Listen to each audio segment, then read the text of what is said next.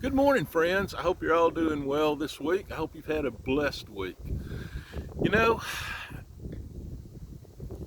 we got good news this weekend when my wife had her follow up from her surgeries. She went to her surgeon, and he said that she no longer had to wear her brace on her back and her neck, which made us extremely happy because we had figured it was probably going to be a while before that happened. Both of us were expecting her to have to wear it a while longer. And we got home and she and I were talking, and one of the things she said to me was, "You've done a good job taking care of me while I'm going through this recovery after the surgery." And that made me feel good that she feels like I'm doing a good job taking care of her. But it got me to thinking, at my age, when we get into our 60s and all, you start thinking about, when am I going to die? And it's not the type of thoughts that are like, am I going to die today? Am I going to die tomorrow? But it's more thoughts of that time's getting closer, and when will it be my time to go home to see Jesus? And the one thing that we really think about is, what will Jesus say to us when we finally come home to him? And the thing that I think most of us want to hear is when Jesus looks at us and he says, "Well done, my good and faithful servant." Will he be able to say that to us? Have we done the things down here that Jesus would be proud of?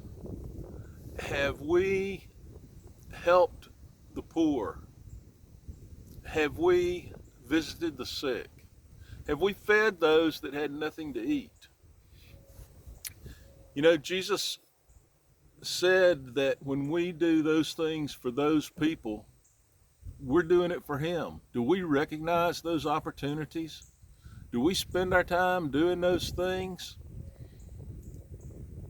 The greatest thing that we could hear when we get to heaven and we fall on our knees before Jesus is to hear him say, "Well done, my good and faithful servant." And I want to be to the point that he can say that to me when I get there. There's so many things that vie for our attention here in this world. There's so many things that are going on around us. And I think anybody can look at it and see that we're getting closer to the time when Jesus is going to come back. And some of us may not have to face death because of that. Some of us may get to see Jesus coming back on the clouds in all of his glory. And is that going to be a time when we're fearful? Is that going to be a time when we're afraid of what he's going to say to us? Is he going to look at us and say, "I didn't know you"? Or is he going to look at us and say, "Well done. You've been about my business here on earth"? And we need to keep that in mind every day. We need to be about Jesus' business. We need to feed the poor, or feed the hungry. We need to help the poor. We need to visit those around us that need somebody just to come in and listen to them. Sometimes that's all it takes, somebody to listen. And I hope that during the coming week you will think about that. What will Jesus say to you when it's your time to meet him? I hope you all have a great week. Have a blessed week.